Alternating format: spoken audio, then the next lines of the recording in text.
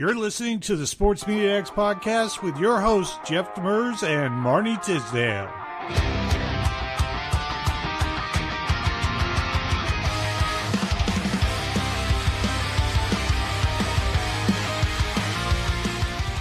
What's going on, everybody? You are listening to the Sports Media X podcast. I am Jeff Demers alongside Ms. Lady M, Ms. Marnie Tisdale. What's going on, Marnie? Not a whole lot. It's Friday. Yay. It is Friday. Yeah, we're not supposed to be doing our show on Friday. No. But because of my media job with the Diamondbacks, they had a Wednesday afternoon game, so that kind of cut out our Wednesday show. Yeah, it messed the full week schedule up, but it's good. From now on, though, every Wednesday, 4 p.m. Arizona time, we'll be doing our show from this point moving forward, at least till the end of football season. Barring with that being said, right? Yeah, well, right now I don't have any other press credentials except for Arizona State, and that one starts. I do have one more game against the Cubs that I have to cover on the 25th, and then that ends my season coverage for press credentials with the Arizona Diamondbacks, which is good because then we can jump into football, which is what we're going to talk a lot about today. We actually have a very loaded show today. The Cardinals finally gave us something, our first look at Jeremiyah Love, and I was very impressed. We'll table that. We'll get back to that. Let's just say he didn't disappoint. Corbin Carroll earlier on this week made Diamondbacks history. We had a Mercury rookie show up out of nowhere earlier on this week. Little too late, but it was really, really good to see somebody else stepping up, especially a young rookie. Gives us a little bit of hope for the future. Showed up big in LA against Sparks. And of course, college football getting a lot closer. Arizona State Sun Devils up in Camp North. I can't even pronounce the name of the camp. But they're up north because it's way too hot still down here in the valley. We're continuing our NFL previews. This time we're heading north. Actually, we're heading north twice with the AFC North and the NFC North today. That's going to be fun. We're also going to get you ready for NASCAR under the lights at Richmond. Talk a little bit of fantasy football, what to do with Jeremiyah Love in the draft. I'm going to go over that. And then Ms. Marnie Tisdale and I will finish this thing up the only way that we know how, with another battle of Pack Wars. But first, it's time for everyone's favorite headlines with horrible dad jokes. Is that what we got? That's what we got. All right. So, like, the headlines may not be horrible. The dad jokes, well, they are. If you use them and you get slapped for them by your 4-year-old, that's your fault. But we're going to give you something to use anyway. Give me 1 second. First and foremost, let's do headline number 1. Larry Fitzgerald gets the ultimate Cardinals honor. Larry Fitzgerald is headed into the Arizona Cardinals Ring of Honor. Yeah, he just got put into the big one, the Hall of Fame. The Hall of Fame. But the organization they're officially retiring number 11. Fitzgerald spent his entire 17-year NFL career in Arizona. Finished with 1,432 receptions, 17,492 receiving yards, 121 receiving touchdowns. Right. Wow. Right. Is there the question is, is there really anybody who deserves this more than Larry Fitzgerald? Is there anybody here in the Valley? Hell no. Yeah. He's been like our favorite as far back as I feel like I can remember football. I mean, he hasn't played in what, 6 or 7 years?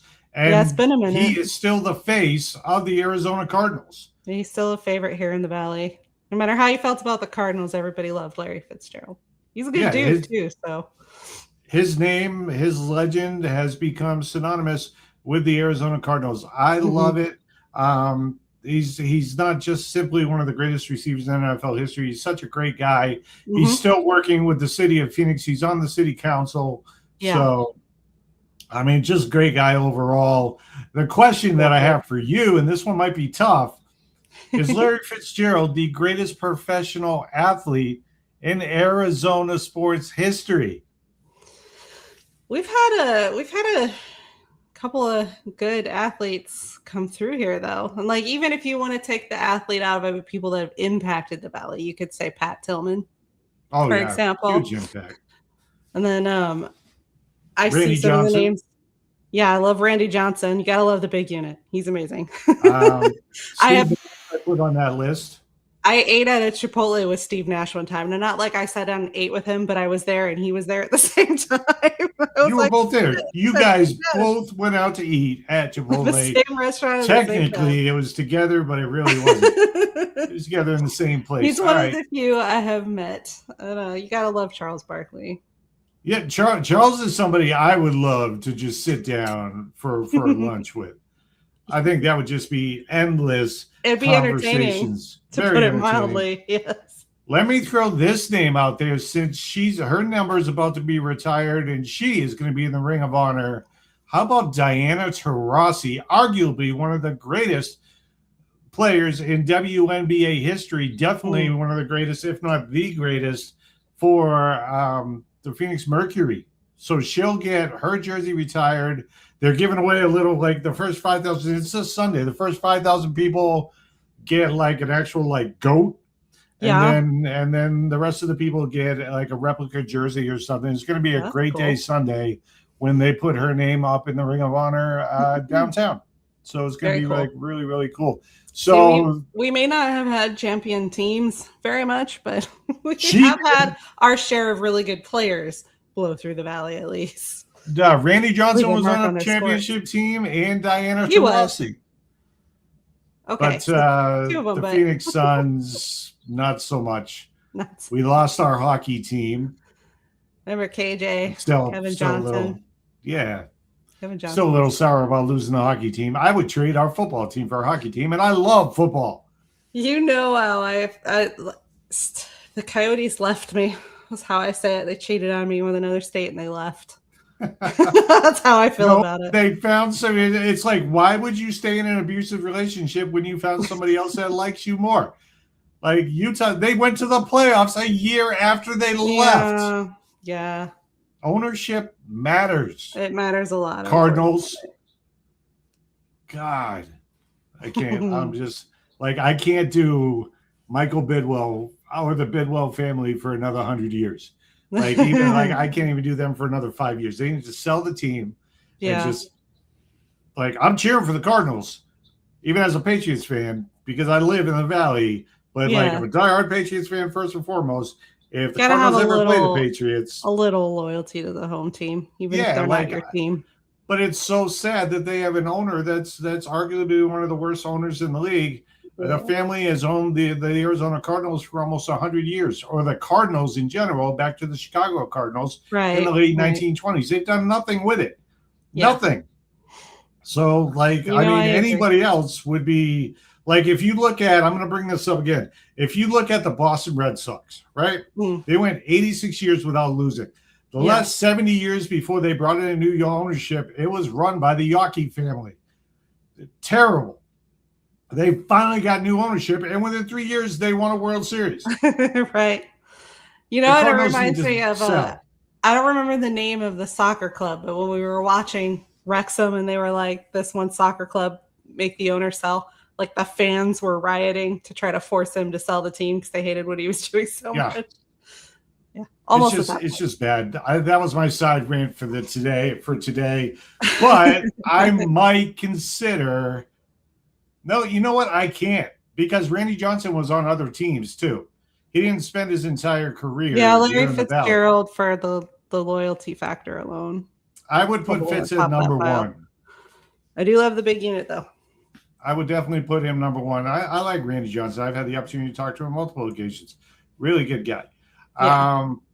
But Diana Taurasi, to me, again, is close number two when it comes to GOAT status. I mean, there's really nobody better, not for that team. So, but all right, moving on. First dad joke. Write this down. Use it. All right. Did you hear about the cheese factory that exploded in France? No. Debris was everywhere. Debris All right, moving on. Headline number 2. NFL preseason finally starting to look like it matters. We're deep enough into NFL training camps that we're actually starting to learn something. Rookies are flashing. Roster bubble players are fighting for jobs. Yep. Position battles are taking shape. And unfortunately, like we learned last night with the Cardinals, injuries are beginning to become part of the story. Arizona gave us, a perfect example Thursday night. The Cardinals' 27-14 victory doesn't matter in the standings. It's like that. It's like that show, Whose Line Is It Anyway, where the points don't matter and the prizes are made up. Yeah. Well, I guess if you finally make an NFL team, then the prize is pretty big. But for the majority of the roster, like they already know who like 90% of the team's going to be. There's going to be those few that's going to get like a spot on special teams or something like that. That's really going to show out. There's a couple wide receivers that are showing out for the Cardinals right now that I think deserve a spot. Outside of that, like Jacoby Brissett running the offense looks good. Gardner Minshew looked really sharp. Those types of things matter in the preseason. Like you want to see your starting offense move the ball. You don't want to see your starters come in just to get some time getting hit and not score any points. You want to see your starters putting up points. And everybody for the Arizona Cardinals offense has been putting up points. It looked really, really good last night. It was a much higher scoring game than I expected it to be. That's for sure. So the question is, like, how much stock should we actually be putting into preseason performances? Well, let's start with you. I don't know how to put it properly into words, but it's easy to get carried away and a little too excited by preseason performance. People come out swinging, they're ready, they're fresh off of training camp, and you've got all of your rookies are trying to prove themselves, and you've got all your bubble players trying to prove themselves, and they're playing differently than they would even during normal season because of that. So you can't rely on it 100%, but I do think that it's an indicator, maybe. It's definitely an indicator because you need to know who to put on the field. But I'll say it like this. Like last week in the Hall of Fame game, Cardinals fans blew up X. Like Carson Beck needs to be the starter from day one. And he's 10 times better than Jacoby Brissett is. And then Jacoby Brissett comes down last night and throws one of the best touchdown passes I've seen in preseason or regular season off his back foot. He had to put it on a dime. That was his first drive of the year. Like, he didn't even practice most of the time with the team. He didn't go to voluntaries. He went to mandatories and didn't really do anything. And then he shows up looking like that. Jacoby Brissett looked freaking outstanding last night. Just 5 passes. It looked amazing. So now Beck's kind of injured. He's already beat up right now. He'll be back. It's not that bad. It's a rib thing. You have more than one rib. So, you know, like, but you got to let him heal. You can't throw him out there. But like all the hype last week was Beck's the starter. He's 10 times better than Brissett. And then Jacoby comes down and be like, no, I'm the guy. Right. And like everything you saw, I was like, he's kind of right. Like, I think they underpaid him, honestly, but whatever. Like he was his own agent. He came up with his money. Good for him. I was even genuinely surprised by Gardner Minshew's performance. That was even Minshew. Minshew mania. Minshew did mustache. Pretty good. So. Minshew did good. Slovis did okay. No turnovers. That's one of the see. Okay, so that's a preseason thing that you want to see. Is the offense holding on to the ball? Can they move the sticks? Can the first team score some points? Let's be real. We're not used to having hold on to the ball. This is very accurate, but we shipped that guy up to Minnesota. So let them deal with it now. Let them deal with it. We'll talk about Kyler Murray in a second. I'm not all anti Kyler Murray. I really hope that he goes up to Minnesota and makes the Pro Bowl. Like I hope him and Justin Jefferson is arguably one of the top 2 to 3 wide receivers in the league still. Yeah. I hope they just blow up together and they pull like a Brady Randy Moss from 2007 where Randy Moss breaks the touchdown records. I hope. I do. Like, I hope he absolutely blows up and he finds a home and people like him. But The last time we saw Kyler Murray, he was throwing it to the linebackers with his receivers 10 yards away. Yeah. So, I mean, we can only go by what we see here, but we do hope all the best for him. I'm not going to be the hater and be like, I'm going to hate him on all year. If Kyler Murray shows up, let him show up. Like, I'll give him props, mad props. I might even try and pick him up on a waiver wire or something, because I don't think anybody's really going to draft him outside of maybe a Vikings fan, because he is prone to turnovers. Anyway, moving on. That joke number 2. Write this down. Use it at your own risk. When does a duck wake up? The quack of dawn? At the quack of dawn. She got one. You've heard that one before. No fair. Write that one down. That one's pretty good. Your kids will like that one. We don't even have any kids. That's what's wrong with me. I like dad jokes. I'm not even a dad. I love dad jokes. I love things that are ridiculous, and dad jokes are definitely ridiculous. Well, that explains why you're with me. That fully explains it. She's with me for my looks, people. That's it. I mean, there is some of that too. Just a little bit. All right. Headline number 3. College football almost here. We're reaching the point where preseason rankings, depth charts, and quarterback battles are starting to matter. For us, that means we're about to start digging much deeper into Arizona State football, as I'll be back in the press box at Mountain America Stadium. I have no idea. In the heat. They have this hill that media has to take. To go up the hill. I hate that fucking hill. I hate that hill so much. I almost have to work out for the next 3 weeks before kickoff just to make it so to get my fat ass up to the top of that hill where I'm not breathing hard. I hate that hill so much. They were supposed to redo that hill to make it where it's not really a hill. But I think they just they're like, look, when everybody starts talking about us in a positive manner, we'll start working with the media properly and stop giving you cheap bar-ass hot dogs in the press box every single week. That's all right. I shouldn't complain about getting free food. I really shouldn't. You like their options much better than what you deal with normally. So the best food for every team, including, NASCAR is close. Phoenix Raceway is really close. They do a pretty good job of feeding media, but the best food is the Arizona Diamondbacks. Yeah. Hands down. Full salad bar, 2 or 3 options for food. They went a little heavy on the Mexican food this year. Nothing wrong with Mexicans. It's just, it doesn't agree with me, and I have people that sit around me in the press box, so it's probably best if I just leave that stuff alone. But sometimes I'll have barbecue beef brisket and loaded, they put out a really good spread. So kudos to the Diamondbacks for feeding us. I am a little disappointed that they took the Cold Stone ice cream fridge out. Yeah. Because I used to have 3 or 4 of those ice creams in a game. For real. We had a free, you could they just keep coming up and loading the press fridge. What's your favorite Cold Stone ice cream flavor? Well, I can only have the one because I can't have dairy. So I chocolate because they have the almond milk chocolate one. There you go. I'm all about the birthday cake ice cream with some chocolate drizzle on top.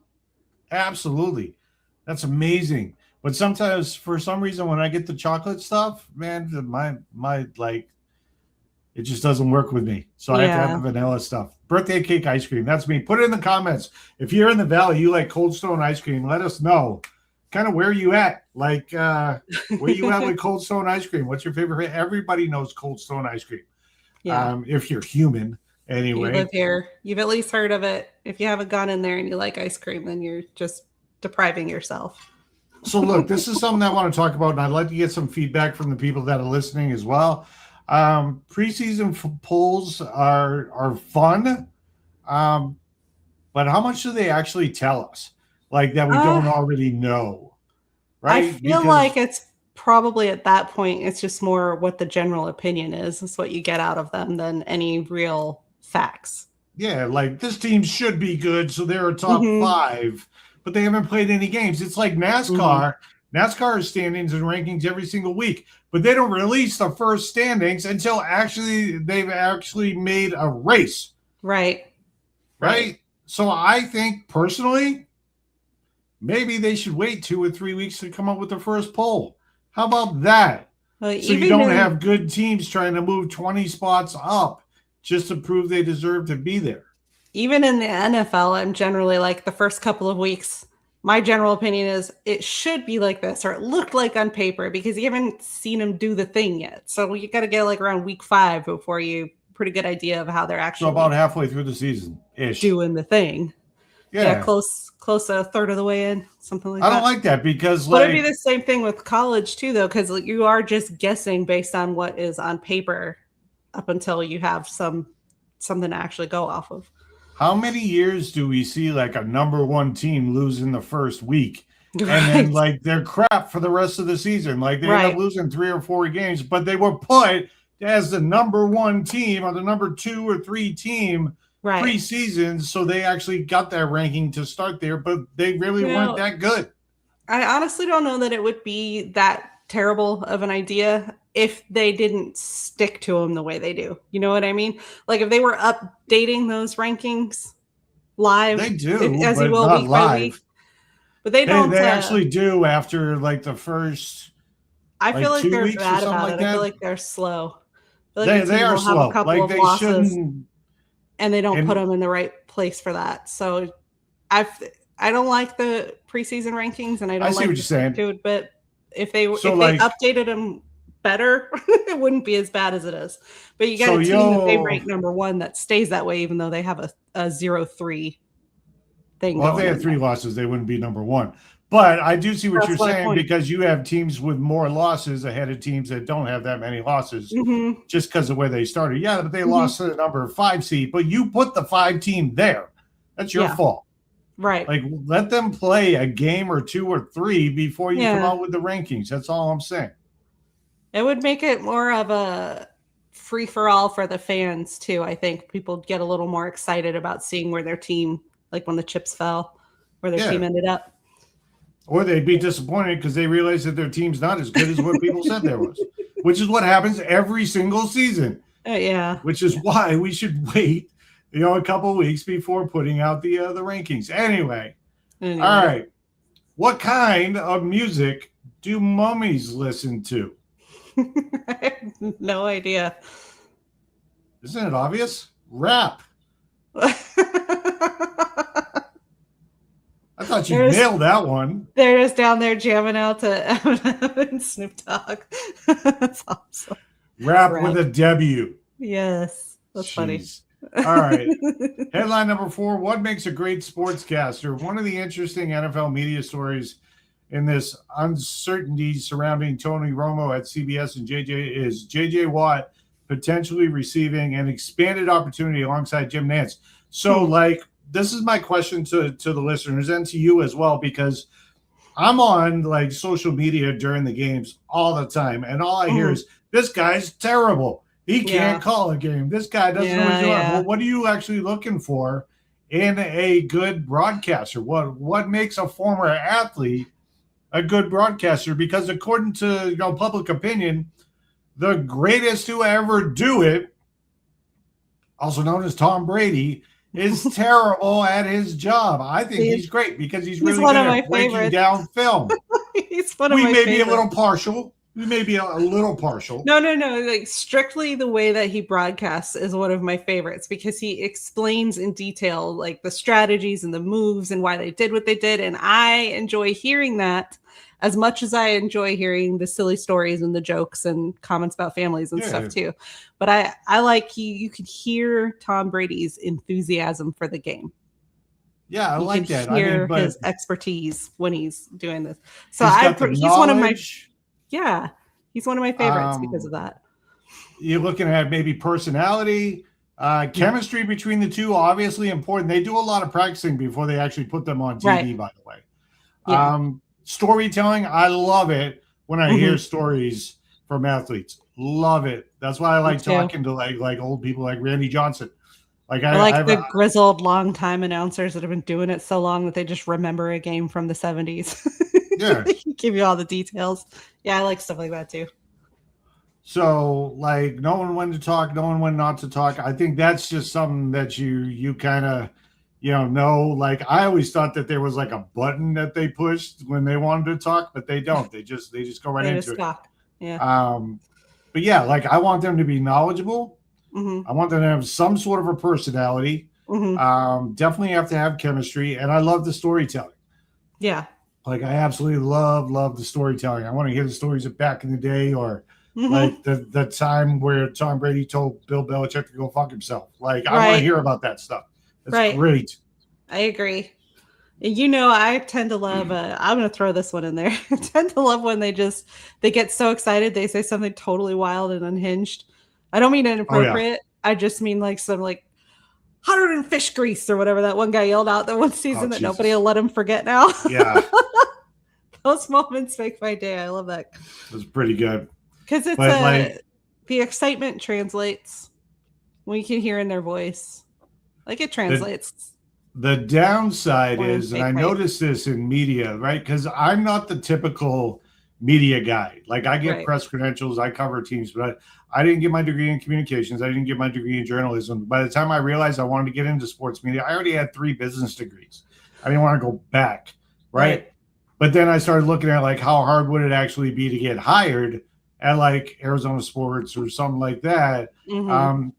And I started to notice in the media realm, like, they're not hiring, like, kids from the Walter Cronkite School of Journalism who have the proper way to speak and shit like that.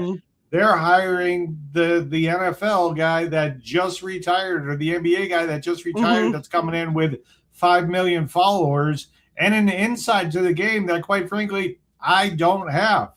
Right. No, so, like, especially somebody that's just fresh out of it. They've played with the people they're talking about, so they can give you inside dirt on who's actually on the court or on the field. Yeah, I love that. That's why I didn't go the traditional route, because I saw how hard it is to get into sports media, even with a communication or journalism degree, because they're hiring the athletes now. People want to hear these stories from the athletes. They don't want to see some nobody who just graduated last year from the Walter Cronkite School of Journalism. Start having training on how to talk to the press in their college days, because if they're going to talk to the press, before that, if they're good high school, they're good high school, because people want to make sure they're doing it right. You can tell when they've been coached and how they're speaking by the way that they actually speak to the press. I feel like so. Yeah. So basically, by the time it rolls around to retirement time, they have an idea what they're doing. My advice to those trying to get into media: stand by. Because we're releasing a course based off of how I got into media, because I'm a freaking nobody and I get great media access. Yeah. So we're actually going to open up our doors and start teaching people how to do it as fans. It's going to be great. All right, dad joke number 4, the last one. You're just going to stay with me. One more dad joke, and then we're going to get into the Arizona Sports Desk. All right, you'll like this one. Whose job is it to clean the ocean? I have no idea. Mermaids. Because they're maids. Got that. I got it. All right. What's next? So stupid. Arizona Sports Desk. All right. Arizona Cardinals last night, 27, Las Vegas Raiders 14. The headline for the game, obviously, Jeremiyah Love has arrived, ladies and gentlemen. Yeah. The Cardinals scored touchdown on each of their first 3 offensive possessions, led 21-14 at halftime, and held Las Vegas scoreless through the second half. They didn't lose. I was more excited about that part almost than I was the offense, because their offense has come out like the Hall of Fame game too. Like, they came out like they meant business. So seeing the defense step up and do its job real well was nice. Still cautiously optimistic on that, because when the defense managed to lock them down, they weren't playing against any of the starters. True. Matter of fact, none of the defensive guys were on the field. The defensive starters were on the field when the players that were trying to make the team were actually showing up. The Cardinals also rushed last night for 142 yards on 30 attempts. Most importantly, Arizona, again, didn't turn the football over. That was huge. That's like if anything matters in the preseason for the offense, how many points they put up? Yeah, okay, but are they holding on to the damn football? Yeah. That's important. No, turnovers is big. I don't actually remember the last time we could say that here in the Valley. Well, because we can continue to say it a little bit more because, again, Kyler Murray's a Viking now. All right. Takeaway number one from last night, Jacoby Brissett did exactly what we wanted him to do. He played one possession. His numbers 5 of 5 passing, 44 yards, 1 touchdown. Amazing touchdown pass to MHJ, which, by the way, MHJ's only catch last night. Why not make it count? It was that touchdown. He also, by the way, had a 142.9 passer rating, which is freaking awesome. Arizona went 73 yards on 10 plays, led by Brissett. Then came the play that we actually wanted to see. 3rd and goal from the Raiders 7. Brissett escapes pressure. Back foot toss to MHJ in tight coverage for the touchdown. That's it. Take the helmet off. Go sit down. That's all I need to see every week for the preseason. Get your first team out there. Next week, maybe we'll do 2 series, and then that's it. Maybe 2 quarters, and then that's it for the starters. And then do not play any starters in the final preseason game at all. I don't care.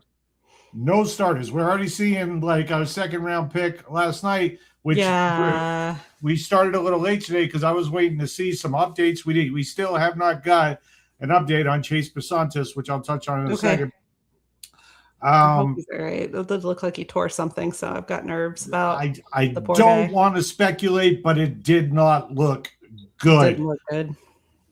Back to the veterans, though. I mean, this is exactly what you want your veteran starter to do in the preseason. You want to run the offense, get comfortable, score, get out of town. Right? Yeah. Just enough to get their feet wet, but not enough to put them at risk. My takeaway number 2, I saw the man in college a little bit. I thought he was pretty good, but like the hype is real. He looked, Jeremiyah Love is who I'm speaking about, looked absolutely legit last night. It looks like we finally got our first real look at the number 3 overall pick. 11 carries, 58 rushing yards, 5.3 yards per carry, a long of 16. Oh, by the way, he can catch the ball. He had 3 receptions for 14 yards. But let's forget the numbers for a second. The movement that this man has, vision, balance, jump cuts, acceleration, change of direction, receiving ability to create when blocking breaks down, which it did. He should have been caught in the backfield about 5 times last night. Right. And he still managed positive yards even when he got hit at the line.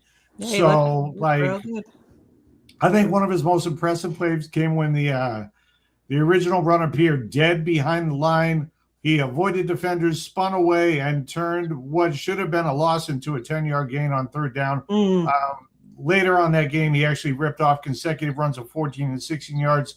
And a nice little hurdle over the defender. Hurdles, for some reason, make the oohs and ahs come from the crowd. I loved it. Like, he is exciting. It is exciting. It always makes me think of Saquon Barkley and his backwards leap.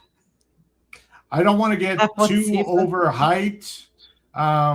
We're not going to put this kid in Canton just yet, but that looked like the player Arizona thought it was getting at pick number 3. So it was really good. If they utilize, they've got him on the one side, and if they get Marvin Harrison Jr. going on the other side, they might actually be a little dangerous. Talking about maybe putting him out in general. Yeah, I like it. All right, takeaway number 3. Let's not ignore this guy because everybody assumes this is Brissett and Beck. Let's not ignore the mustache, Gardner Minshew. Yeah, he did a lot better than I was expecting last night. I was actually genuinely happy with his performance. How do you do?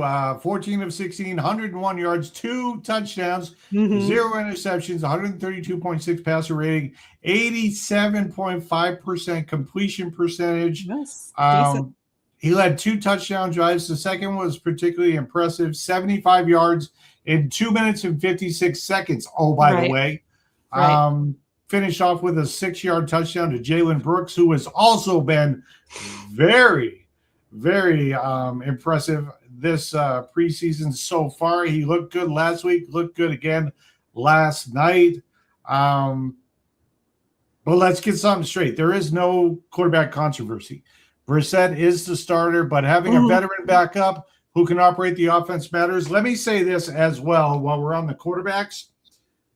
I don't think I need to see Carson Beck start a game this season to know that we don't need to draft another quarterback next season. Right. Is that too early to assume? Because he looked really good last week. Even though it wasn't against starters, I think that this is his team moving forward. I think Brissett's going to be the starter this year, obviously. But if the offense is moving, don't just take him out to give Beck some time. Right. Because people have contracts and bonuses and stuff to hit. They may want Brissett to stay in. I don't need to see Beck this season to know that he's the starter next season. Right.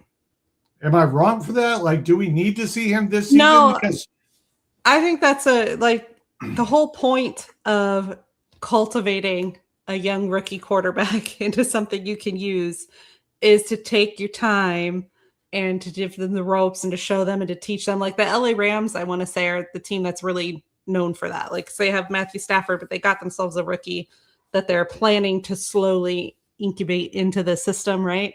Is any time that you get like that real promising kid that did well and 3 or 4 games into the season, all of a sudden they throw him to the wolves, I don't feel like that works out as well. It can, but there's a lower percentage of it. I mean, people can the objection to that way a lot. The objection to that is like there's no better way to learn than to do it, right? Sure. But like at the same time, there's plenty of like quarterbacks that sat on the bench for a year and turned out to be pretty damn good quarterbacks, right? We know a guy. Even if they do let him on the field, it's not like they have to have him playing whole games, or you know what I mean, or put him in a intense situation where the Cardinals need to win that game for whatever, and they're going to throw their rookie to the wolves and blah blah. Like they could have him do like a quarter here and there. I mean, if they really wanted to let him get some of the field experience, but I don't. I think it'd be better if they kept him back.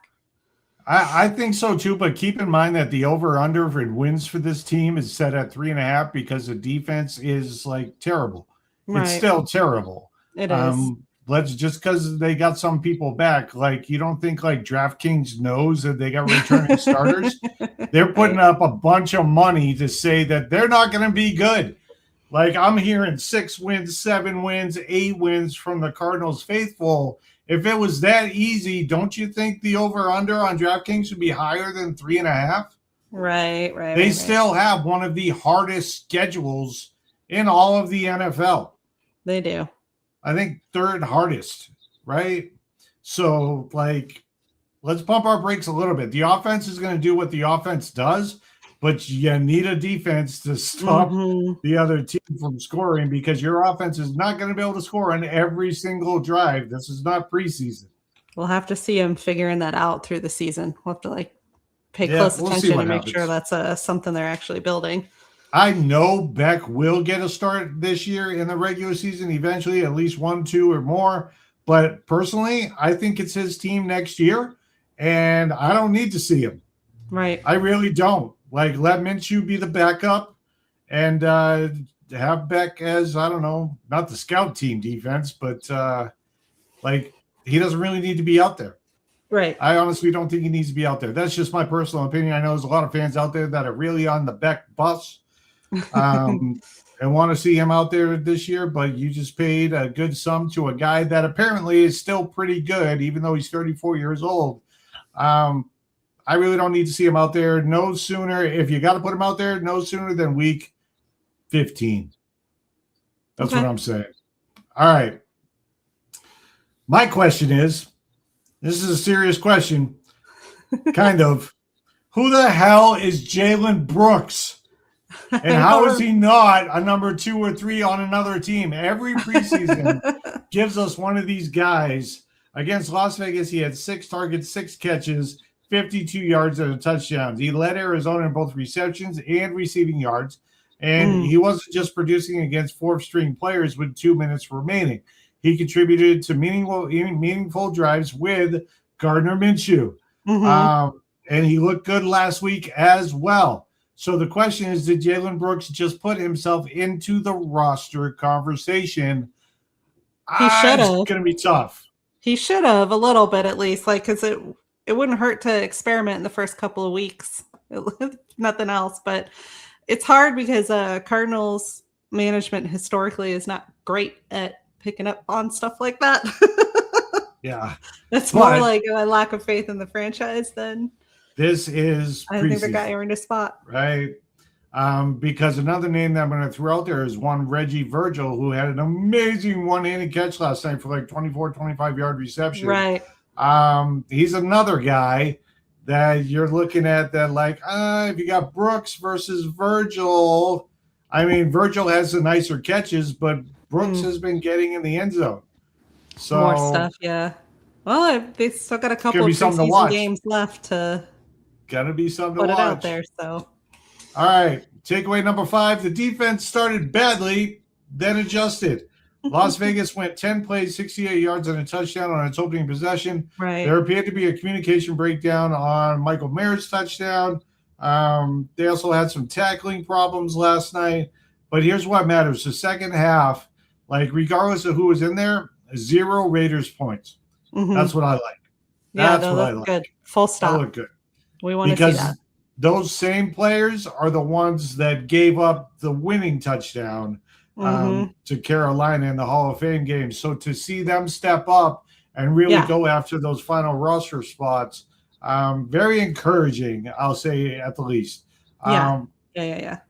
I mean, I actually find more encouragement of the fact that it was a pivot to make it stop than like, because some people just sort of stay the course no matter what's happening. It keeps not working. So they were able to pivot their strategy and create a full stop. That's good. That's here's the thing, though. They're stopping second string guys. They're stopping the rookie quarterback. Who's not going to be their starter in his very first snaps in the preseason. If it gives them the base, like the foundation they need to translate that into starters and full season games and stuff, then I'm okay with it. What I'm not okay is I'm hopeful. Is what I'm saying. Let the first string offense led by Kirk Cousins march right down the field.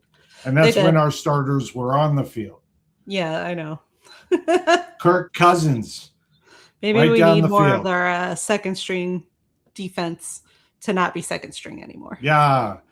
We needed to be reminded that the Raiders had the first overall pick last night for a reason, and you let their almost 40-year-old, he's not really 40, but the oldest quarterback that they have on the roster run right down the field on you. One of the oldest in the with NFL, your starting defense. Right? It's preseason. But do you have to let every first drive score? Right. Just saying. Yeah. It's nice for your first drive to score, but not the opposing team. Right? Especially when you had the 27th cool the Jets and not defense. Get too excited because we need to see more before we can take it seriously. Yeah. All right. Let's touch on Chase Bisontis. His injury. This is unfortunately looking more serious than it did immediately after the game. Head coach Mike LaFleur called the injury, quote, not good, and said there appears to be ligament damage in Bisontis' left knee, although the Cardinals have not yet confirmed whether it's an ACL, MCL, or combination injury, which is why we prolonged starting our show today, because I wanted to get some of that news, and I did not see it. Until imaging results are officially announced, one of the things everybody needs to avoid is calling it a season-ending injury. It didn't look good. That's all I'm going to say. It didn't. I'm hoping that. I mean, at first, the way he was laying down there, I thought it could just be cramps, but then the parts of his legs he was grabbing. That's what made me feel differently about it. Yeah, because he went down after getting rolled on, and that's never good. So they still don't have an official announcement yet. I went ahead and checked just in case. So all right. Well, I don't know if you know this is first time listening to the show. We back the D-backs. Yes, we do. And earlier on this week, Corbin Carroll makes history. Corbin, by the way, your favorite Diamondback player. Yes, he's my favorite baseball player. Very nice.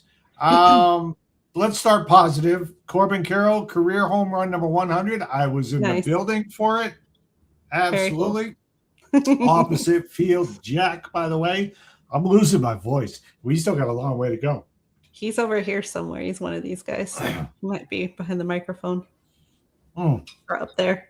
Are you talking about the bobblehead, the Carroll bobblehead? The bobbleheads I'm pointing at on the bookshelf. All right.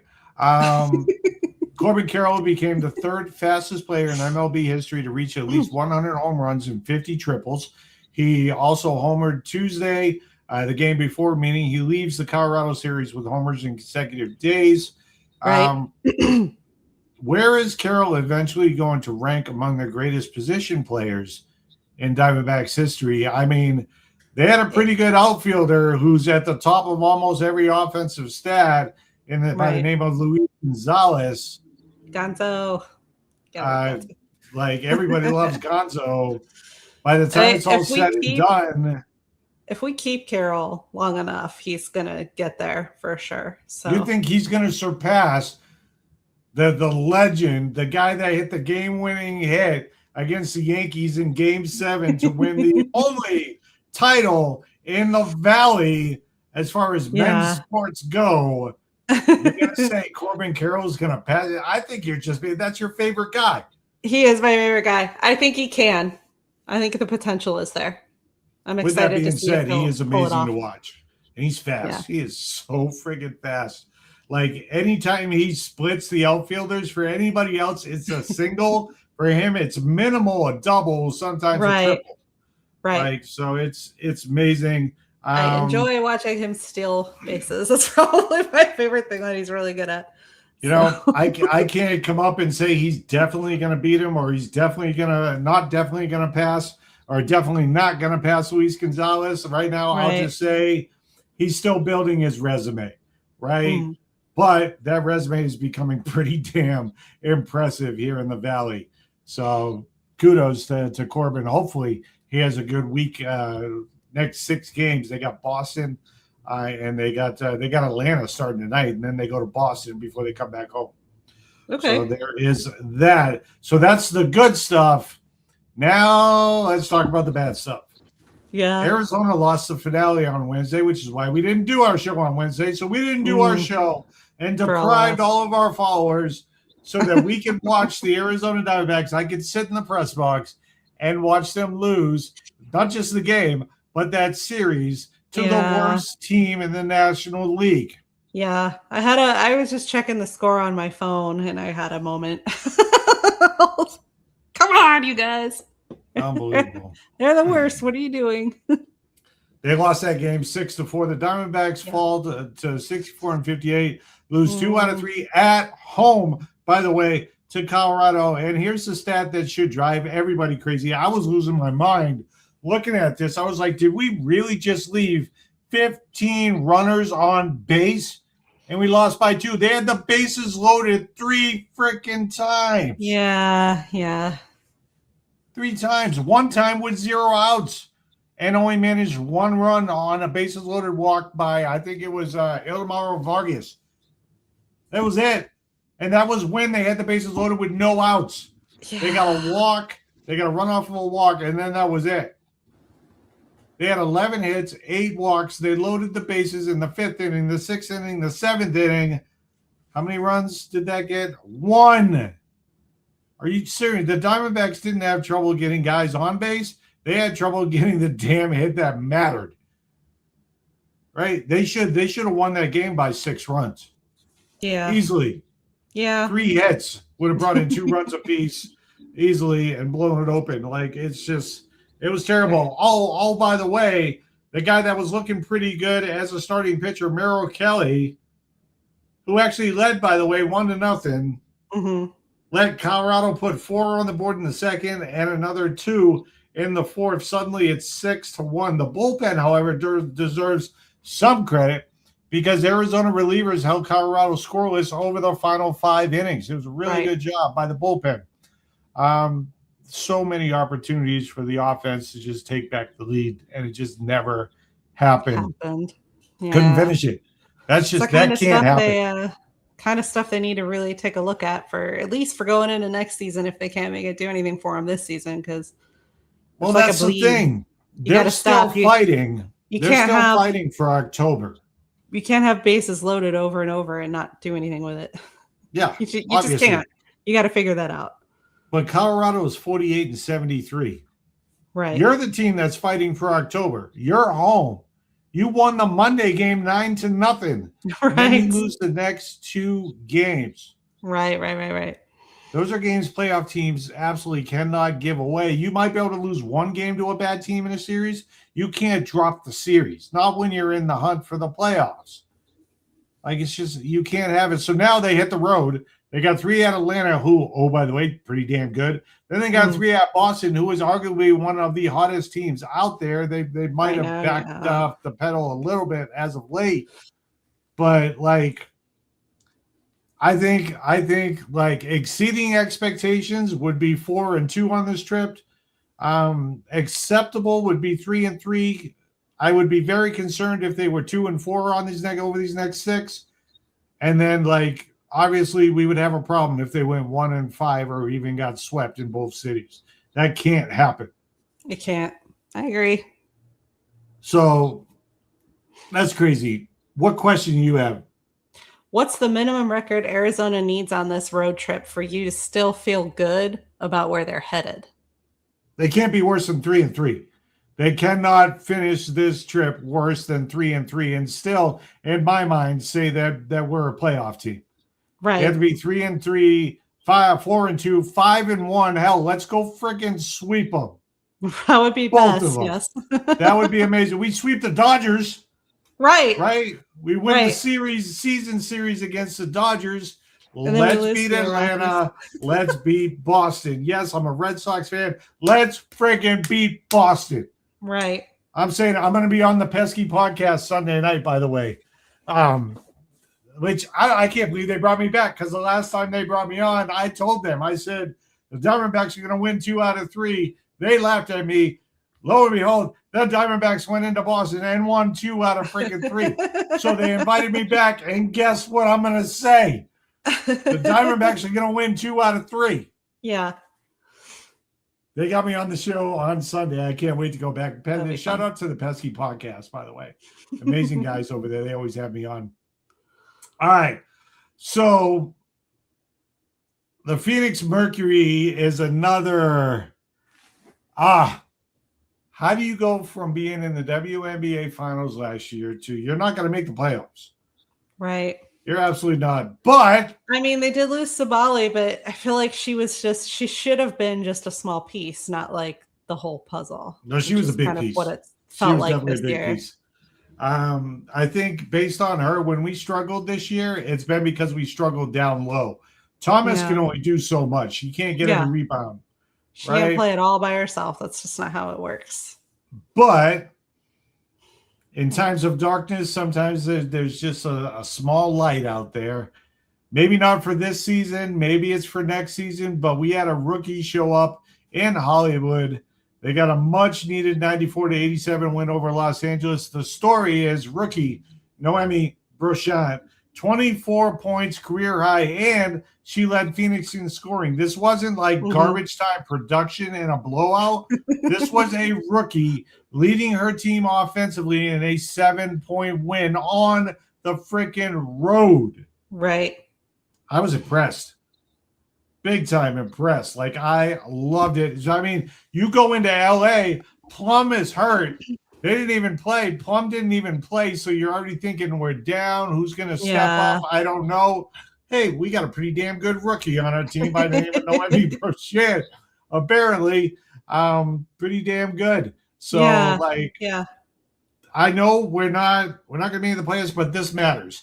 When the season hasn't actually gone according to plan, there are 2 things that you're actually evaluating. One, can we still accomplish something this year? Maybe it's going on a little bit of a winning streak, right? Let's carry something into next like a boost year. At the end. Sure. Also, talking about next year, who actually deserves to be a part of next year?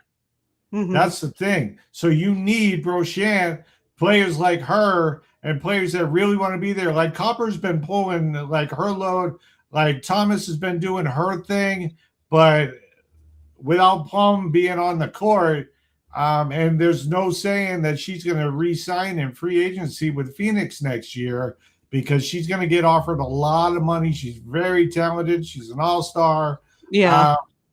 I would be very happy if she signed with Phoenix moving forward, but she's already said she's going to test free agency. So right now you're trying to look at who is actually going to be a part of this team next year. Or we need to convince Diana Taurasi on Sunday to not retire her jersey, her number, come back and play 2 more years. Please. All right. So the question, I mean, I don't think it's a question that I put down. Did Phoenix just discover another piece of its future? I think that has already been answered. I think Brochant is going to be a big piece of the future of the Phoenix Mercury. And I think she's going to be fun to watch. So how good? I don't know. Is she Taurasi? No.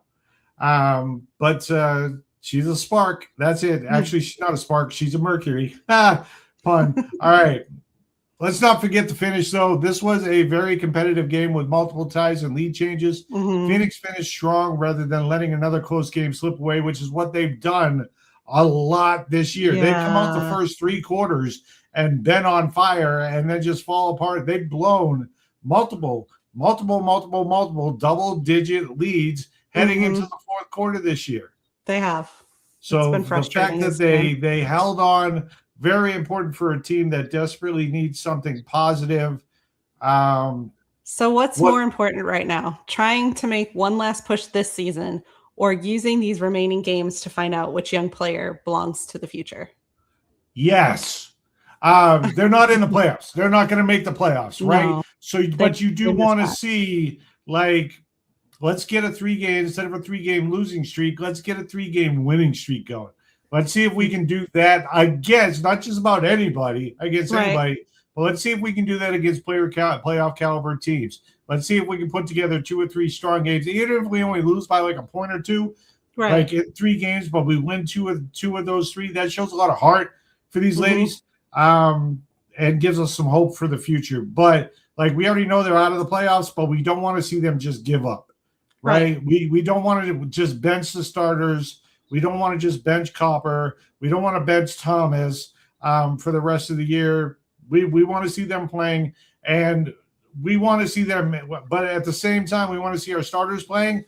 We do want to see them integrate players like Brochant into the lineup, right? Who else is out there that looks like they could use some playing time? Don't just throw them in there to get some playing time with other players that are looking for playing time, though. Put them in with 3 or 4 starters. Right at a time to see how well they gel and to see what they can learn. Test them out, absolutely. So that's what I'm looking for. We already know that the playoffs are just not going to happen this year. I want to see some heart, and I want to see them go on a small run. Right? Let's do that. Let's finish strong just to give us some hope for next season here in the Valley. All right, what's next for that? What do we got? We got ASU. We haven't talked to ASU yet. Well, because they're up at camp name I still can't pronounce. They're up there. Or whatever it is. We're still trying to look at what kind of identity this 2026 team may have this year. The one thing for sure is Kenny Dillingham is still the foundation of this program. Players are coming here to play under Kenny Dillingham. So it's going to be awesome. The next couple of weeks are when we're actually going to break down depth charts, and position battles will become much more meaningful, especially at the quarterback position. I've got my favorite, who I'm not going to mention right now. I'm just going to let that bring that to a boil. But we'll see what happens with that. A couple years ago, right, I think 2024 kind of changed the expectations around Arizona State football. Right? I think most people can agree that season has surprised a lot of people, but they didn't just go to the playoffs. They won in the playoffs. And, oh, by the way, it was targeted. Just throw that out there. All right? I just want to throw that out there for all you Texas fans out there. They that went don't from understand what targeting looks like. 0 expectations to winning playoff games. So yeah, that was pretty big. But that's the thing, though. Like, there are a lot of expectations around this. So, like, Arizona State can no longer be that surprise anymore. Like, people expect them to compete week in and week out. Eventually, you have to prove that you can actually sustain success. So this season's very important, regardless of who they put out there at starting quarterback. Yeah. So over the next couple of Sports Media X podcasts, we're actually going to dive much deeper into Arizona State football as the season approaches. All right, what's next? NFL division previews. We talked about Kyra a little bit because he's just a little guy. He's such a little guy. All right. Well, that commercial. We are touching on the kicker's so little, I think they'll hurt him. Sorry. I know he's not the kicker. He's lucky he can run fast. That's all I know. So this week we're diving into AFC North, the NFC North. Let's touch on the first team that comes to mind is the Baltimore Ravens. 2025, they went 8-9. Yeah. The John Harbaugh era is over. He is up as the head coach of the New York Football Giants. Jesse Minter takes over, but this isn't a rebuild. That's the thing. Just because they got a new head coach doesn't mean they're rebuilding. This is still Lamar Jackson's team. Right. Baltimore, oh, by the way, also added some help on defense in Trey Hendrickson to improve the pass rush. Okay. So you actually have Lamar Jackson and championship caliber talent, in my opinion. The biggest concern, however, is the transition under a new coaching staff and offensive line changes. There could be some headbutting, or there could just be some traction getting adjusted to a new coaching method. Yeah. New playbooks are not easy to just like get out there and run. Especially not if you've developed habits over years and years that you might have to break to make the new plays. They finished 8-9 last year. So the question is, like, was 2025 simply an injury-plagued down year? Can we write it off to them being injured? They should be a playoff team this year, right? Oh, maybe. Injuries definitely played a part of last year, but I also think it was just them, because sometimes I think you get a little too attached to the playbook and don't make adjustments as the rest of the NFL has made adjustments. And then at that point, you can't use the same old tired plays year after year after year, because people will figure out how to stop those. You know what I mean? There has to be some flexibility.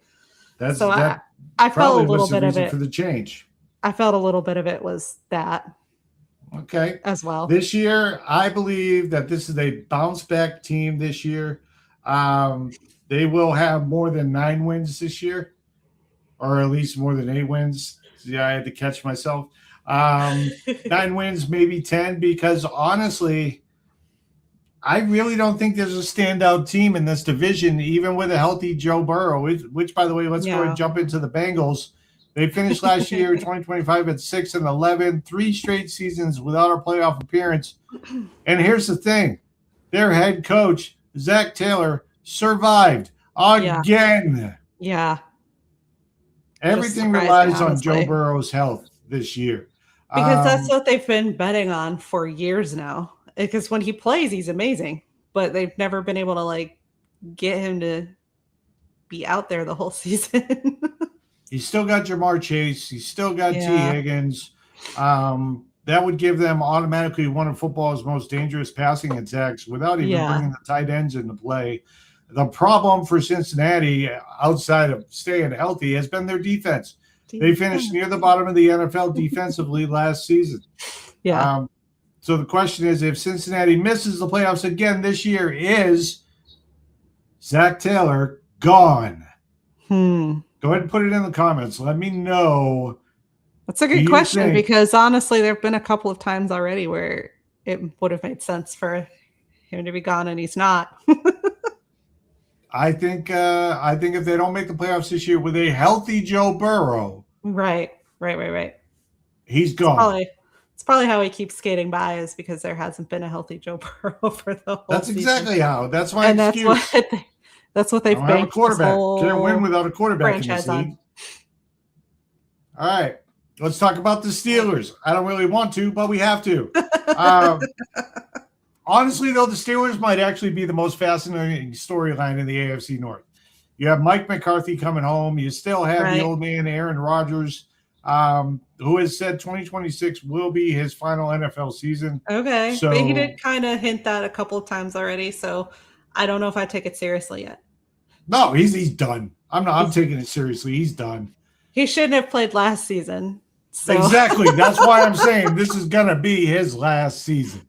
It should be. Right? It should be. It's surprising he's still out there fighting. But yeah. I think they're just going to go for one last ride. The question is, can Pittsburgh finally do more than simply just be respectable? You know? Probably not. The Steelers won the AFC North last year. Okay. Wasn't that hard. I don't know. Like I'm not confident in them at all because they can't win in January. That's just how it is. Yeah. The player to watch is obviously Aaron Rodgers because even though he's old, he's their best option. However, I will keep an eye on rookie Drew Aller and keep him in mind as a potential post-Rodgers development quarterback.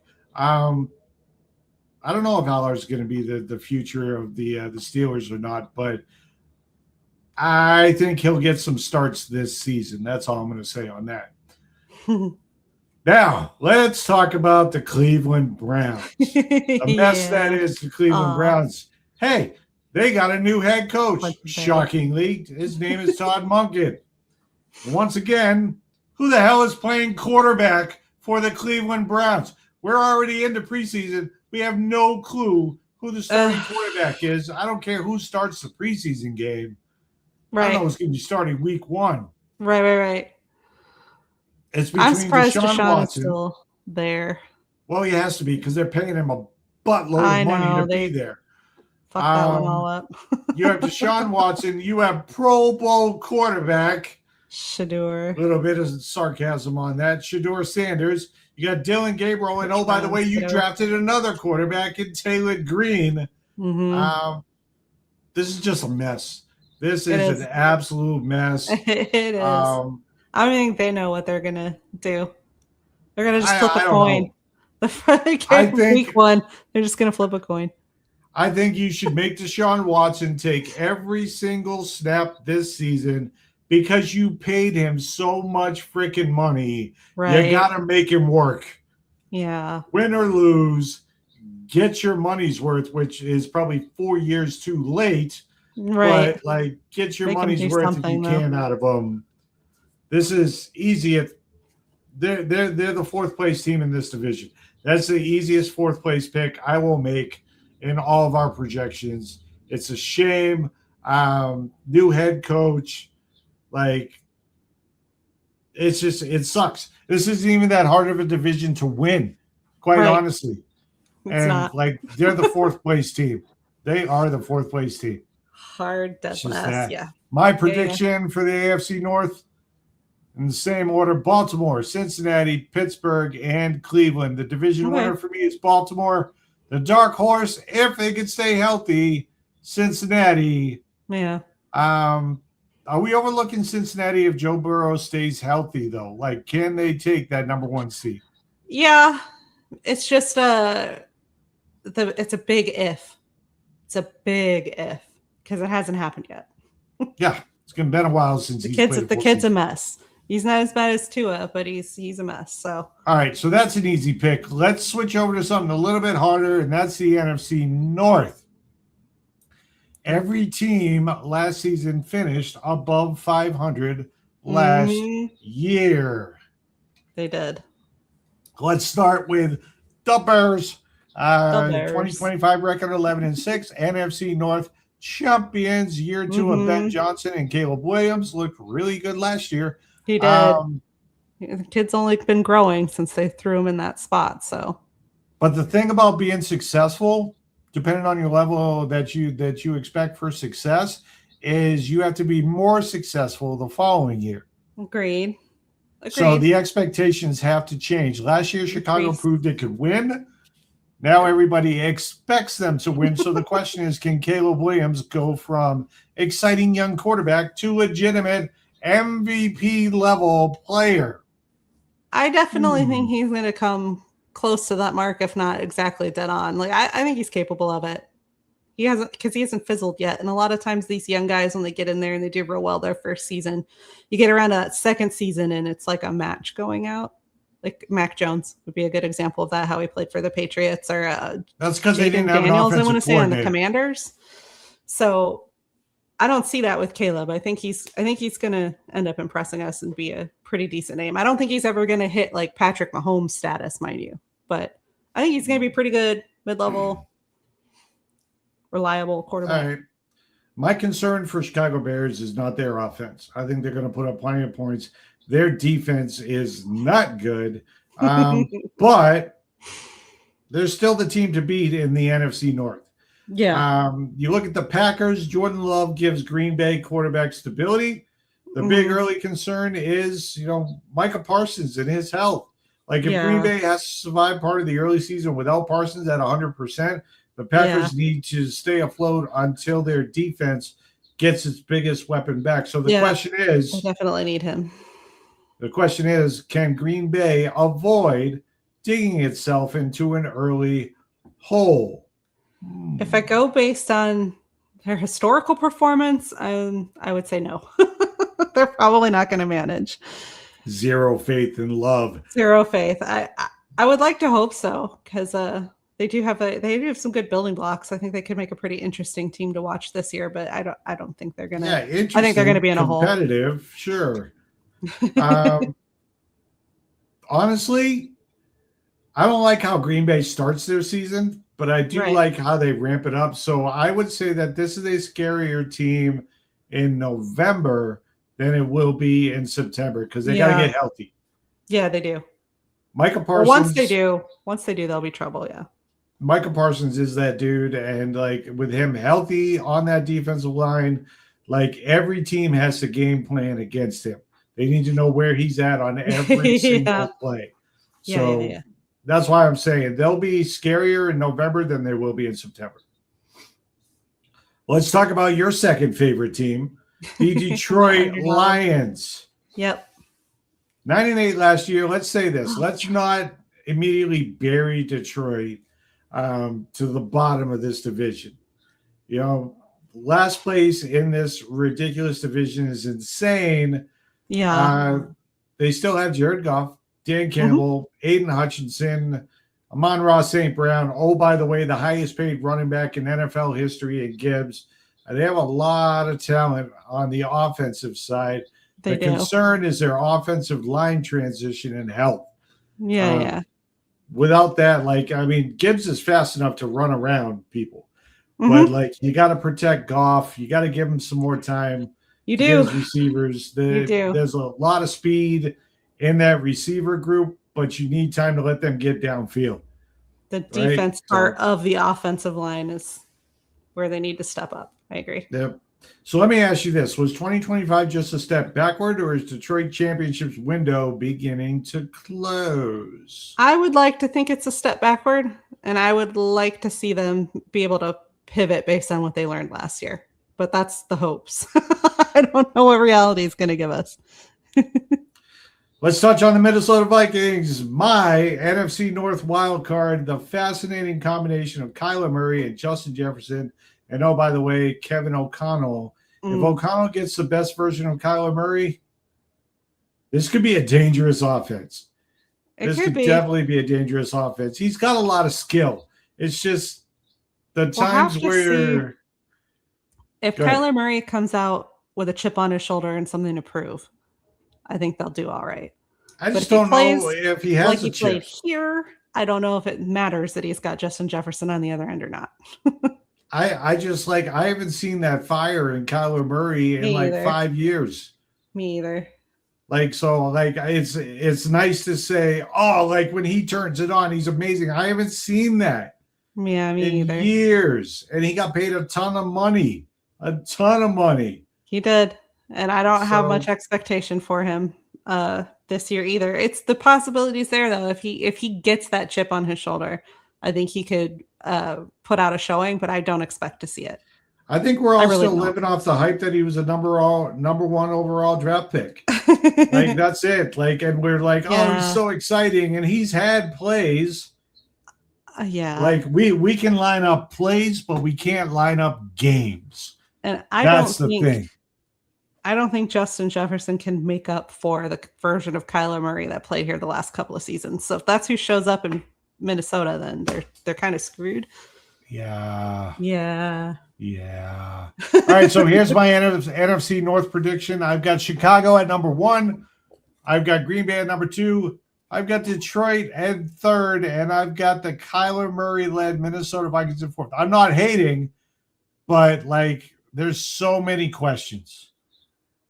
Now, if Kyler Murray actually starts playing up to the hype, Minnesota could be the dark horse. I've got the division winner in Chicago, but the dark horse, definitely Minnesota. Now, which NFC North quarterback do you trust the most right now? So Caleb Williams, Jordan Love, Jared Goff, or Kyler Murray? Right now, if the game is on the line, like Caleb Williams last year, man, he's got to stop running around so much to try and find that amazing pass. But I love the fact that he's got a really good arm. He made some questionable throws last year. Every quarterback did, but I love his excitement.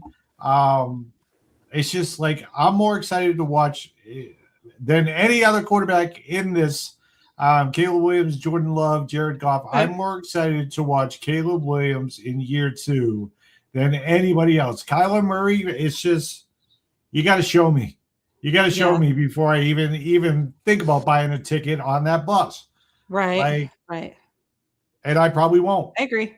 I probably won't, because every time you're like, oh, that was an amazing, look at him scramble, and then he'll, run 5 yards to the right, throw it back to the left, right in the hands of a defensive lineman. Yeah. It's just, we've seen it over and over again. He'll have one amazing play and then 2 stupid plays, and you're just like, what are we doing? Right. All right, so I don't trust Kyler Murray any further than I could throw him, and he's so little. I could probably throw him a few feet. Like, let's be honest.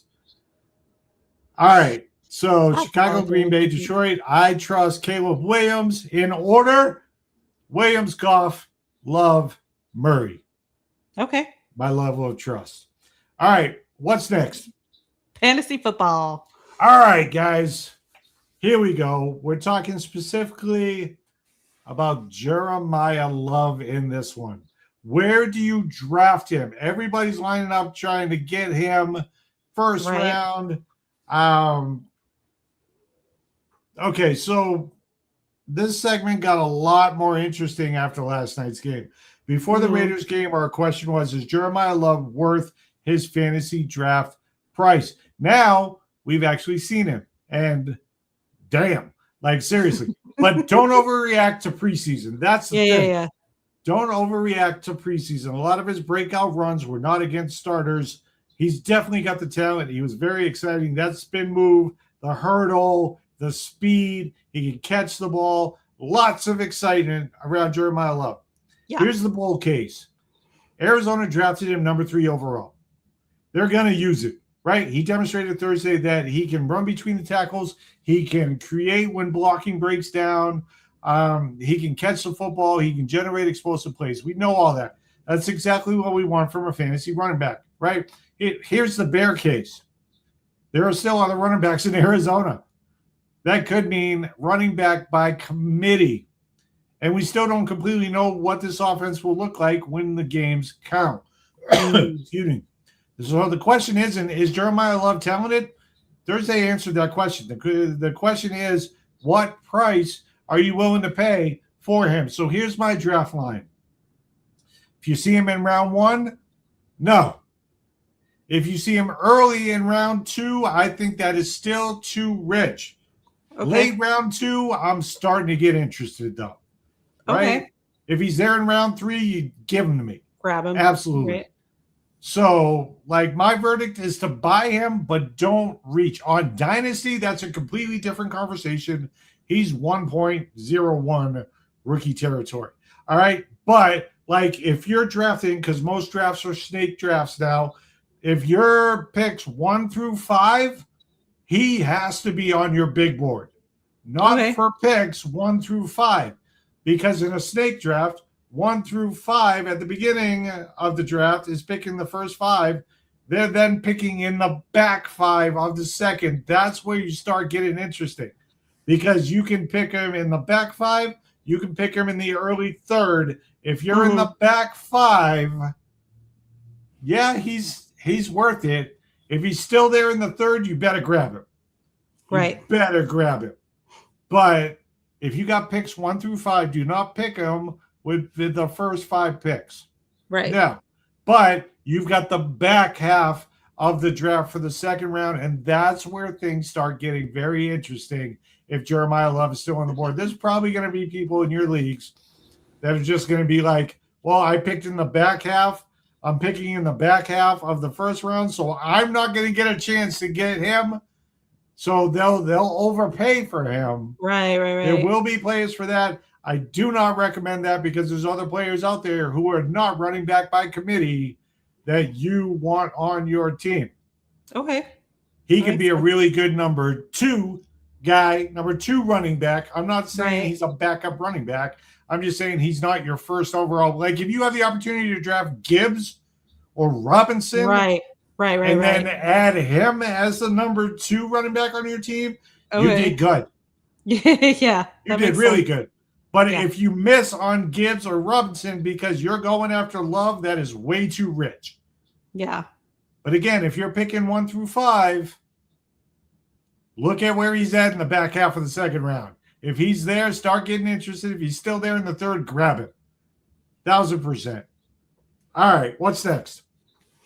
NASCAR at Richmond. Are we at Richmond this weekend? We're under the lights. Starting tonight. At Richmond this weekend. Oh, by the way, the O'Reilly Auto Parts Series is off this weekend. It returns at Daytona. So Richmond gives us the Craftsman Truck Series tonight and the Cup Series tomorrow night. Both races, I believe, are at like 7 p.m. So, like, I got time to edit this show and sit down and watch the race. This is amazing. All right. This is awesome. Let's talk about the Truck Series, since that's the first one up. This is the Black's Tire 250. Obviously, it's 250 laps. The first storyline in this one is 2 races until the chase for the Truck Series. Already clinched in the playoffs. You have Lane Riggs, Caden Honeycutt, Chandler Smith, Christian Eckes, and Gio Ruggiero, which is probably the least known playoff driver outside of the Truck Series. It's a fresh name on the list. I love me some Gio. I put him on my team all the time. All the time. On the bubble, some names that you may have already heard of as well as Daniel Hemrick and Stuart Friesen at plus 14 and plus 8 points. Below the cut line, some other names you may have heard of. Tyler Ankrum, Jake Garcia, Andres Perez, and oh, by the way, Brendan Queen is back there, 43 points back. One bad Richmond night can change everything. Yes, it could. Storyline number 2 in this. Can anybody stop Lane freaking Riggs? He's got 5 wins. On fire this season, so that's a good question. Oh, by the way, he leads the championship. He has the championship lead for the regular season championship by 100 points. Yeah, that's insane.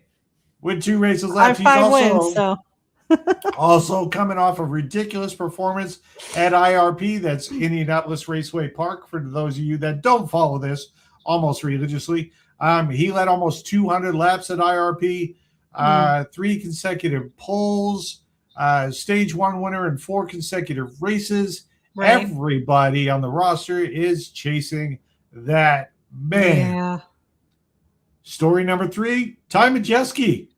We just mentioned him a second ago. He loves Richmond. He has 4 Richmond start. His average finish, 2nd in 4 starts. That is ridiculous. Good. Yeah. So if you're looking for somebody to knock off Riggs, probably start there with Ty Majeski. Story number 4, Chandler Smith. 2026 short tracks, Bristol, finished 2nd. North Wilkesboro, he won. Indianapolis Raceway Park, finished 4th. His average finish is 2.33 on short tracks. Okay. Oh, by the way, he's also a former Richmond winner. Another guy to think about. All right, storyline number 5. These are 2 fun side stories. Tristan McKee, never heard of him before. There's a reason for it, unless you follow ARCA, makes his truck debut at only 16 years and 11 days old. Oh, baby. Love it. That's awesome. Love it. All right. That's Meanwhile, awesome. Elliott Sadler returns to the Truck Series after nearly 15 years away. He's, oh, by the way, he's a Virginia native.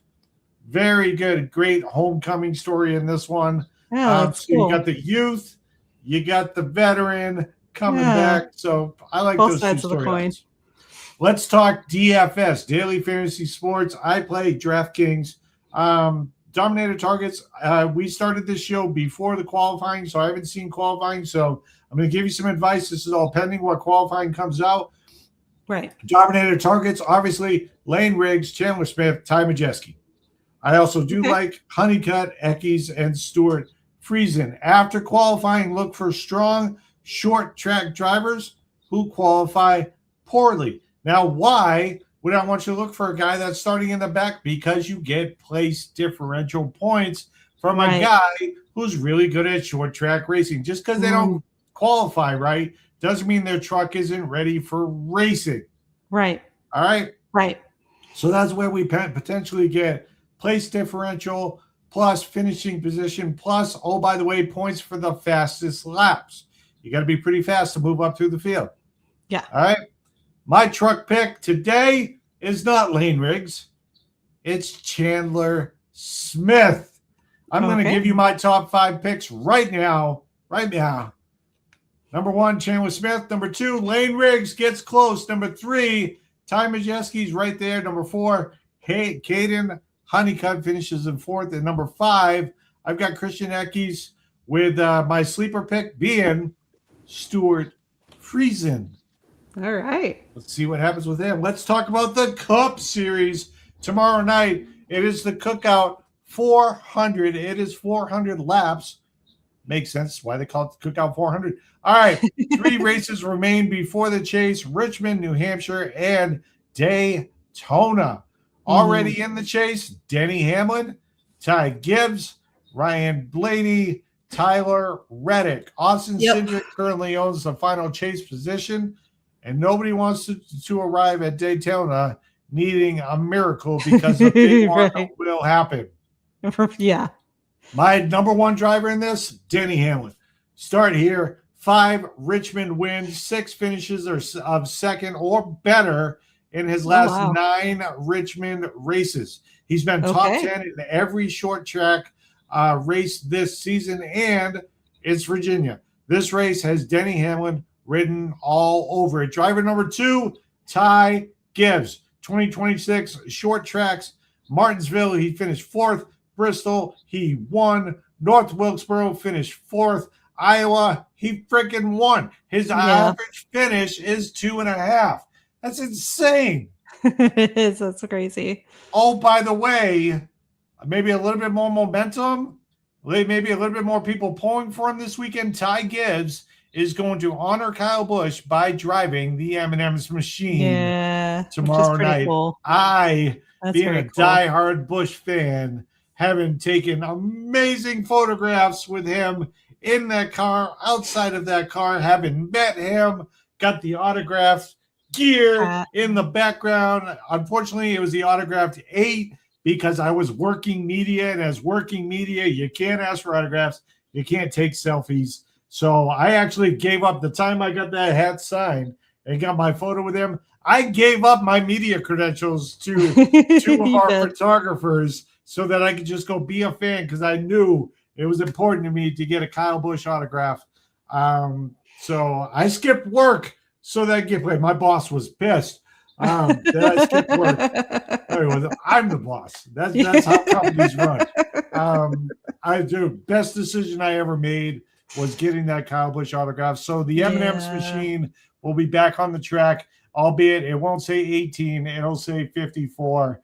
But it'll still be the M&M car. That's pretty cool. The question is, can Gibbs win 3 of 5 short track races? I mean, he's riding momentum with 1 last week. I think so. I think he can win this week. So it's going to be amazing. Now, does that mean I'm going to pick him? Stay tuned. Find out. Christopher Bell, on the other hand, wow, this dude has 7 runner-up finishes and 0 wins. Yeah, he is chomping at the bit to push. Like two races that we've seen within the past couple of weeks where all that it would have taken was a single mistake from the person who won for Bell to have had the game, because that's how close he was on the bumper of the guy in the lead. He's almost second.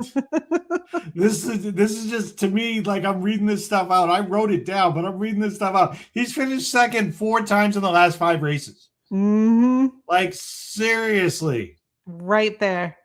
But here's the Richmond problem. Right there.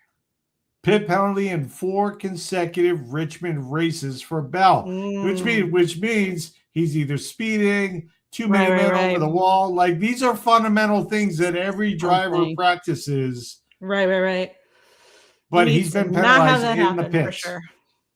So he doesn't need more speed. He needs a clean race. If he has a clean race, like, he should win. Speaking of winning at Richmond, don't laugh. Austin freaking Dillon. Yeah. He's won 2 straight Richmond races. It's a name that you don't hear or get to say that often, but for some reason he's in RCR. One of the things about Austin Dillon's number 3, first off, that 3 is iconic. That's Dale Sr. Yeah. Right? It's an iconic number. I love shooting photos of that number 3. Yeah. I loved it. Card. Absolutely, because he's always got like the black look with the red 3, and it just looks awesome. The white trim. Like, that's a great card to shoot for photography. Anybody that's going out there to work photography. 2 straight Richmond races. Question is, can he make it 3? If he does, we're going to ask why didn't we see this coming. So he's won the last 2, but nobody's going to pick him to win. So that's the thing. Cup sleepers, Josh Berry, 4 Richmond starts. His worst finish at Richmond, 14th. Okay. It's pretty good. Runner-up in 2023. Very interesting DFS play here. Also, by the way, Bubba Wallace, over the last 4 Richmond races, Bubba's average running position, 7th. 7.3 to be exact. Only Hamlin has been better. His boss. So don't ignore him if you can put him on the team. Bubba's going to run top 10. I promise you. So here's my DFS strategy for the Cup. With 400 laps, Dominator points matter. I'm looking for potentially 2 drivers capable of controlling portions of this race. Large portions. So your Dominator pool, you can't have them all. You got to pick the right ones. Denny Hamlin, Ty Gibbs, Ryan frickin' Blaney, Christopher Bell. My secondary at this track, Joey Logano, Bubba Wallace, and you have to include Austin Dillon and take him seriously. Yeah. My sleeper, Josh Berry. One important Richmond trend. The driver who had the most laps has not won any of the last 9 Richmond races. That's insane to me. That is really crazy. You can't just make the assumption that dominates early means he's going to win the race. Yeah. The trend says he's not winning. Yeah. That's going to be crazy. Richmond often changes through green flag pit cycles and late race strategy. So it's going to be under the lights. It's going to be interesting to see how the track reacts to the late night stuff. But here's my Cup pick. Denny Hamlin. It's Denny time. You remember that commercial with Denny Hamlin where he's standing outside with like a tray or something? He's got like half his driver suit off. He's in his muscles. And he just stands there and goes, "It's Denny time." Like, I don't remember. That's funny. Yeah, he's like talking to like a housewife somewhere. Like it almost made a little bit of a throw up in my mouth when I saw it, but it was hilarious. So here's my top 5. Denny Hamlin, Ty Gibbs, Ryan Blaney, Christopher Bell doesn't finish second, but he doesn't win. He finishes 4th. And Joey Logano, my sleeper, Josh Berry, my dark horse, Bubba Wallace. But you can't ignore, because he's won the last 2, Austin Dillon. Right. So you've got $100 and you have to bet it on one driver. Is it going to be Denny Hamlin, Ty Gibbs, or Austin Dillon? Who gets? Well, your here's 100? the question that I have: did you give me the $100, or do I have to pull this out of my own account? You gotta pull it out of your own account. See, if I'm putting my own money down, I'm putting on like the short thing, right? But if it's free $100, I'm putting it on the longest odds, which is probably Austin Dillon.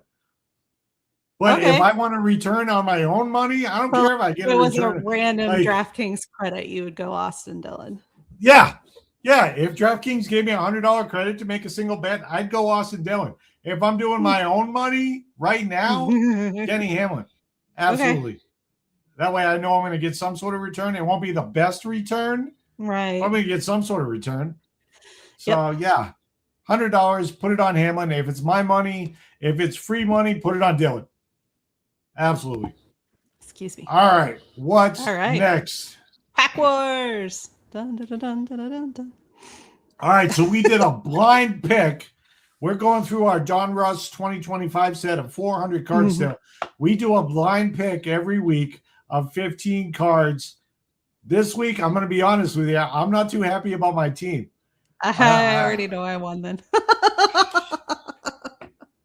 I'm very happy with at least one. All right. You got to go. I won last week. So, here's the thing. We got 15 cards, 30 total. We decide who had the better pull. I want you, but look at it this way. Who had the better superstar, rookie, favorite player, favorite team? Who just had a great card overall? The most decent cards, yeah. Yeah, horrible card. Who had the worst card? I may have the five best. Really good players, and everybody. I might have the best worst card in my deck. Someone JD hates, someone Lady M hates. It's going to be interesting. Who's your first pick? Who's your first card? Since I won last week. Harold Carmichael. I think that's the Eagles. That's the Eagles. Okay. Yep. Former quarterback, I believe. All right. I am going to go with William Andrews, throwback, running back with the Falcons. You know who this is? Okay, so I know who this is, actually. This guy played at North Carolina back in the day. He won Oh, yeah? Yeah, he was like one of the top running backs in the nation. He was all ACC. But the reason why I know who this is because he's currently at North Carolina on Bill Belichick's staff as the running backs coach. I believe that's him. I believe he is. Neat. I think so. William Andrews. I think he's the running back coach at North Carolina under Bill Belichick. So there you go. I have no idea how to say this man's name, but Kamara Dyke on the Titans. Actually, I was wrong on that one. I was wrong on that one. DK. His name's DK. Okay. This is it right here. This is the one that I wanted to pull up. Natron Means. He's the running backs coach over at North Carolina. Okay. I knew I had him in here. That's him. Tank Dell on the Texans. You're kicking my ass already. All right. I've got, like this one. Darius Davis from the Chargers. Jalen Lane, Commanders. I mean, if you can't win a contest with a kicker, what can you win? I've got Graham Gano, kicker for the New York Football Giants. Why did I have to draft a kicker? Jalen McMillan on the Bucks. All right, Nick Benito from the Denver Broncos. John Jefferson from the Chargers. Another old school Bronco, Rick Upchurch. All right. Jaleel McLaughlin, also a Bronco. Tutu Atwell, which is a great money saver on DFS, by the way. So if you need a cheap receiver that might be able to get you 1 to 2 catches and 40 yards, Tutu Atwell is that guy. Jihad Campbell on the Eagles. Jihad Campbell. I'm going to go with a guy that nobody knows about. That's Quinn Ewers. Because nobody cares about Dolphins. I've got Josh Downs on the Colts. Jeez, why did I draft? I drafted multiple kickers this week. Kaimi Fairbairn. He's actually pretty good. Fairbairn. For Houston. Kaimi Fairbairn. Jeffrey Simmons on the Titans. One of the big boys. Very nice. Yeah, that's a good one. Oluwafemi, ladies and gentlemen. Oladipo on the Titans. I don't remember this gentleman, but Dave Krieg on the Seahawks. They have him as a quarterback, so I don't know if he's a backup or. Yep, Seahawks. Possibly fantasy starter, late round draft pick for fantasy DFS. I'm going to go with Javonte Williams from the Cowboys. I have Andrew Van Ginkel from the Vikings. Van Ginkel. All right. Van Ginkel. I got that. How about some Malachi Corey? Because everybody drafts Jets players. Everybody does.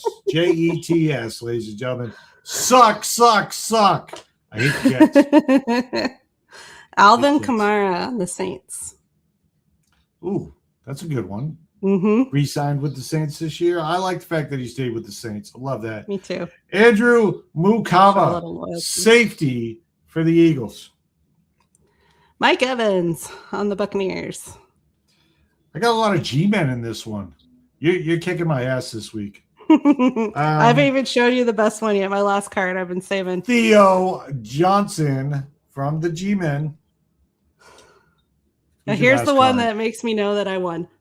Jamar Gibbs on the Lions. Jameer Gibbs. What, whatever. Jameer? Jesus. Yeah, you won. That crushes my Jackson dart. My Jackson dart. Yeah, you Jackson won. Dart's pretty cool though. I think that kid's gonna do some good stuff. This week. You started kicking my ass with Tank Dell. Like, come on. I knew I had it when I got the Gibbs. Yeah, you won. God, crushed it this week. All right, ladies and gentlemen, that is going to be. Let me actually mention, Sports Media X is actually moving. Hopefully over the next few days. So in the past, like I've run 2 online businesses, right, for the past few years. We got our sports media site, Sports Media X, which I am credentialed press with the Diamondbacks and Arizona State football. Those are the 2 live teams that I love to cover because it gets me through the majority of the season, the year, if you will. But lately, we've been getting a ton of searches and a ton of looks at our sports content, which is great. So what we want to do to pay back the people that are actually reading our content is we want to get you a better website to read the content on. So brand new Sports Media X website is we're actually going to take all the sports stuff away from it. CoachJeffDemers.com.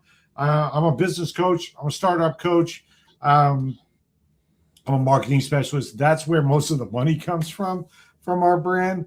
But the sports media side is huge for us. So we want to give it its own place. We've got an amazing brand new sports website, new home for Sports Media X that's coming out hopefully in the coming days and not weeks. I'm working really hard on building this site for you guys. I think the new site can rival definitely Arizona sports. It might be able to run better and look better than ESPN, even though ESPN is the holy grail of sports sites. I understand that. Yeah, it's so much junk on their site, though. There are things that I love about ESPN, and there are things that I hate about ESPN.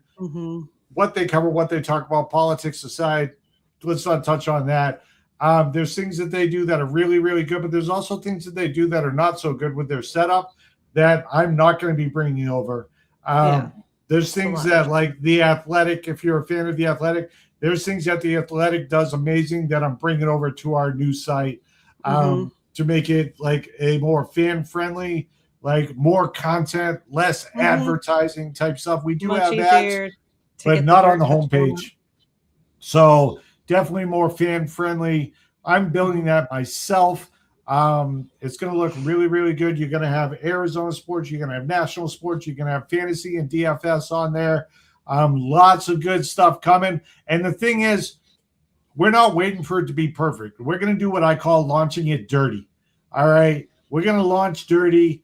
which is one of the things that I teach my clients. Stop waiting for perfection. Done is always better than perfect. Mm-hmm. It will get better as it goes on, but we're going to launch anyway. As soon as I start getting some content up there and it's set up the way that I want, it's not going to be perfect. There are probably going to be things, buttons that don't even work yet, but we're going to launch anyway, and I will announce that launch. It's going to be a really fun site when it's up and running 100%, but I'm not going to wait for perfection. We're going to make the separation like you're separating from your ex. You just want to grab your shit and go. Clean cut out. Grab your shit and go. Don't even have to talk about them when you get to your new house. Like, that's just how it is. So, like, looking forward to bringing you top-notch content. Most of the content, honestly, I write. I've gotten way better at writing content and coming up with ideas. I love doing a lot of, like, opinionated articles that actually get you not only thinking, but get you interacting, which is important, which also drives the search engines and can bring traffic to our site. So we'll still have the breakdowns game by game. We'll still have the opinions. We'll still have the national news. We'll still have the top news. We'll have all of that, but it's all going to be under one roof. We're taking it from Coach Jeff Demers so that CoachJeffDemers.com can return to being a business site versus a work hard, play hard. Because when I created all of this, that's why I put both on there, because I was like, I want a site that says work hard, play hard. Well, the problem is the play hard started crushing the work hard side. Right. And so our organic traffic is mostly coming from sports and not the business side. We like organic traffic on the business side. Which is fine, but we would like that to be its own thing now. Absolutely. Yeah. So we're going to report every month, at the end of every month, based on where our clicks are coming from and stuff. And Google has basically started seeing Coach Jeff Demers as a sports site, which I'm like, yay, I know sports. But I want people to notice the business too, which is why we have to separate the two. Take those kids apart, put one kid with one family, one kid with the other family.